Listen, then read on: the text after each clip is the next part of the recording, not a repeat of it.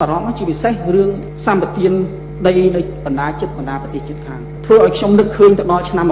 1600កាលពីចំនួនស្ដេចជ័យយាថាទី2ដែលកើតគាត់នោះក៏មានប្រពន្ធជនជាតិវៀតណាមហើយគាត់ប្រគង់នៅក្រុងព្រៃនគរជាដីខ្មែរទេដីព្រៃនគរពីមុនដីកម្ពុជាក្រោមគាត់ប្រគល់ដីសម្បទាន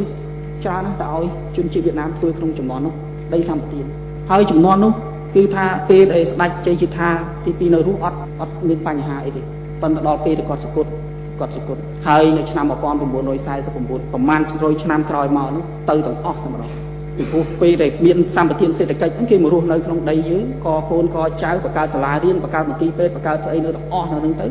វាទៅជាដីរបស់គេមើលទៅសិទ្ធិប្រជាពលរដ្ឋគេទៅទាំងអស់ព្រោះទៅដល់ពេល400ឆ្នាំក្រោយមកឥឡូវហ្នឹងគឺថានៅឆ្នាំ1949ជាស្វ័យប្រវត្តិដីកម្ពុជាក្រោមទាំងមូលត្រូវស្ថិតនៅក្រោមការគ្រប់គ្រងនៃប្រទេសវៀតណាមវាមានបទពិសោធន៍ក្នុងប្រវត្តិសាស្ត្រអញ្ចឹងបានតែទាំងអស់គ្នាទាំងប្រជាពលរដ្ឋទាំង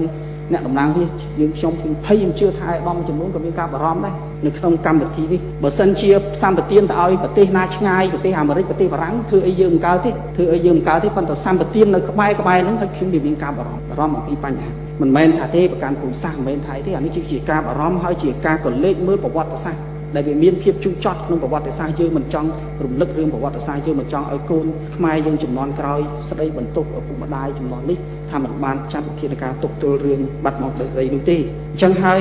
ខ្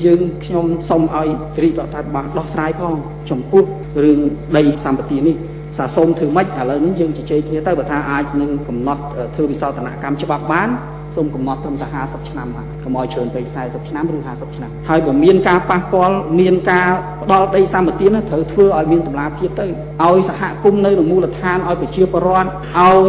រដ្ឋាភិបាលឲ្យក្រុមហ៊ុននឹងចូលអង្គុយជជែកគ្នាទៅណាបើថាផ្ដាល់10000ហិកតានោះវាប៉ះពាល់ប៉ុណ្ណា